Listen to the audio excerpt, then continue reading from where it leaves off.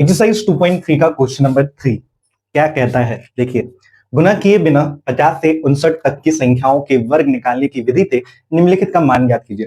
तो एक चीज आपको जाननी चाहिए कि 50 से 59 तक की जितनी भी संख्याएं हैं उन संख्याओं का वर्ग निकालने के लिए एक स्पेशल तरीका जो है उसका इस्तेमाल किया जाता है। चलिए पहले सीख लेते हैं वो तरीका क्या है और उसके बाद दिए गए सवालों को करेंगे। मान लो कोई संख्या दे रखी है 51, ठीक है, जो कि 50 से 59 के बीच में ही आती है। 51 हमने लिया, इसका हमें वर्ग करना है, ठीक है। लेकिन जो ओरिजिनल मेथड होता है वर्ग करने की क्या तरीका हो सकता है, वर्ग करने का क्या तरीका होता है, गुना कर देने का, ठीक है। लेकिन 50 से 59 तक की जितनी भी संख्याएं हैं उनको गुना नहीं भी करेंगे तब भी हम उसका वर्ग निकाल सकते हैं एक स्पेशल तरीका का, उसी को सीख रहे हैं हम लोग। देखिए सबसे पहले आप देखो 51 में जो उसकी इकाई अंक है वो क्या है, एक। एक का पहले वर्ग करो, एक का वर्ग करोगे तो क्या होगा, एक गुना एक क्या होता है, एक ही होगा। लेकिन इस एक को हमें दो संख्याओं के रूप में लिखना है, तो दो संख्या के रूप में हम कैसे लिख सकते हैं, 0 1, ठीक है। तो हम क्या करेंगे, 0 1 पहले लिख देंगे, ठीक। और इसकी दहाई अंक मतलब कि 5, 5 का इसके बाद वर्ग करेंगे। 5 का वर्ग क्या होगा, 5 का वर्ग क्या होगा, 5 का वर्ग होगा 25। और 25 में इसकी इकाई अंक को जोड़ देना है, जो उसकी दहाई अंक है उसका वर्ग पहले करना होगा, जो हमने यहां पर कर लिया है। तो 5 का वर्ग किया हमने तो 25 आया, 25 में इसकी इकाई अंक को जोड़ देना है जो कि है 1, तो क्या होगा 26, ठीक है।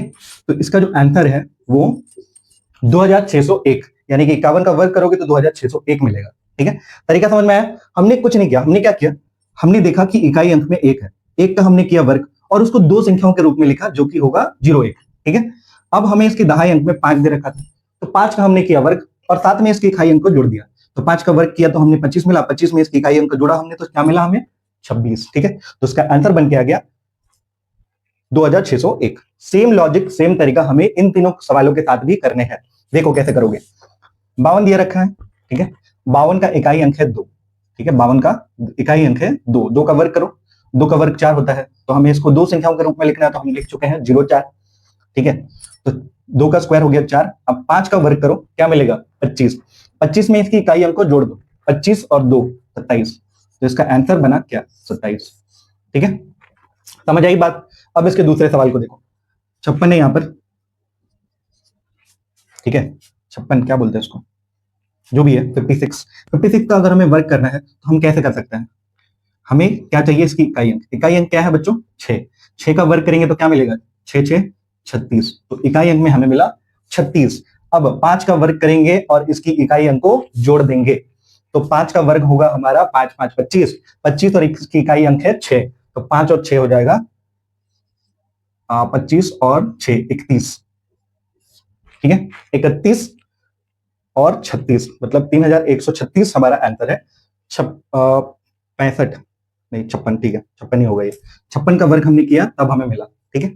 नेक्स्ट जो हमारे पास संख्या है वो है 57, ठीक है।